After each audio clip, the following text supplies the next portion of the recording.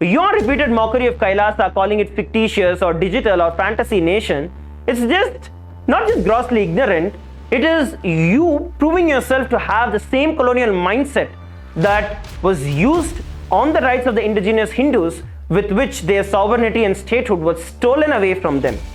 Your words, they are deliberate acts of delegitimization and a propaganda that is designed to erase the Hindu identity, the survival of the persecuted Hindu populations under international law. Kailasa is not just a digital nation.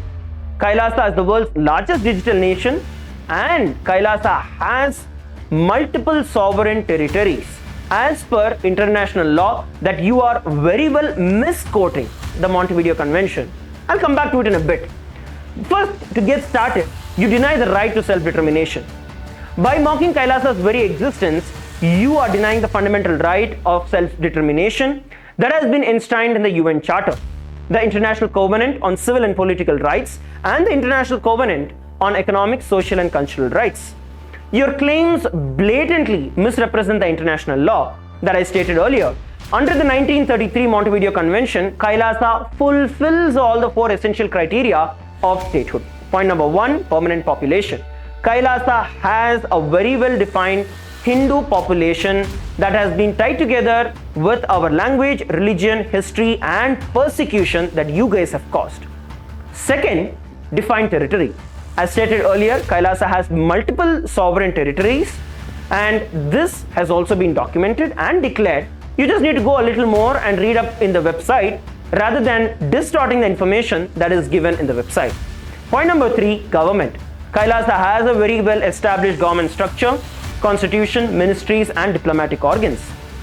It is just not what you try to claim that is only available on the internet but does not really exist. Who gives you the authority to say what exists and what does not? You have not become the United Nations. You have not become a governing body on all of these. Then what gives you the right to deny or to declare that something is valid and something is invalid?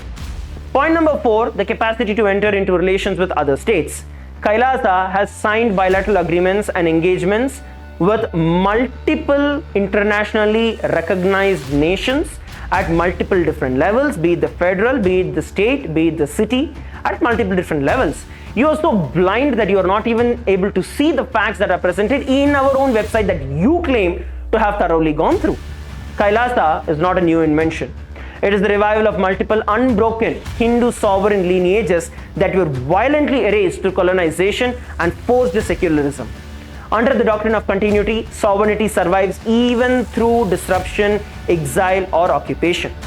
Take the examples of the sovereign military order of Malta, which remains sovereign without territory, or the papal states during the Avignon exile.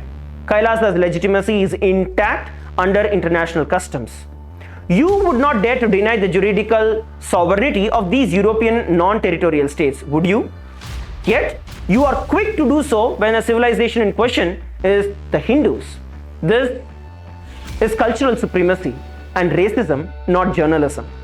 Further to this, over 21 UN reports have been documented, and these very clearly state, these United Nations reports very clearly state and acknowledge the persecution of the Supreme Pontiff of Hinduism and the members of Kailasa.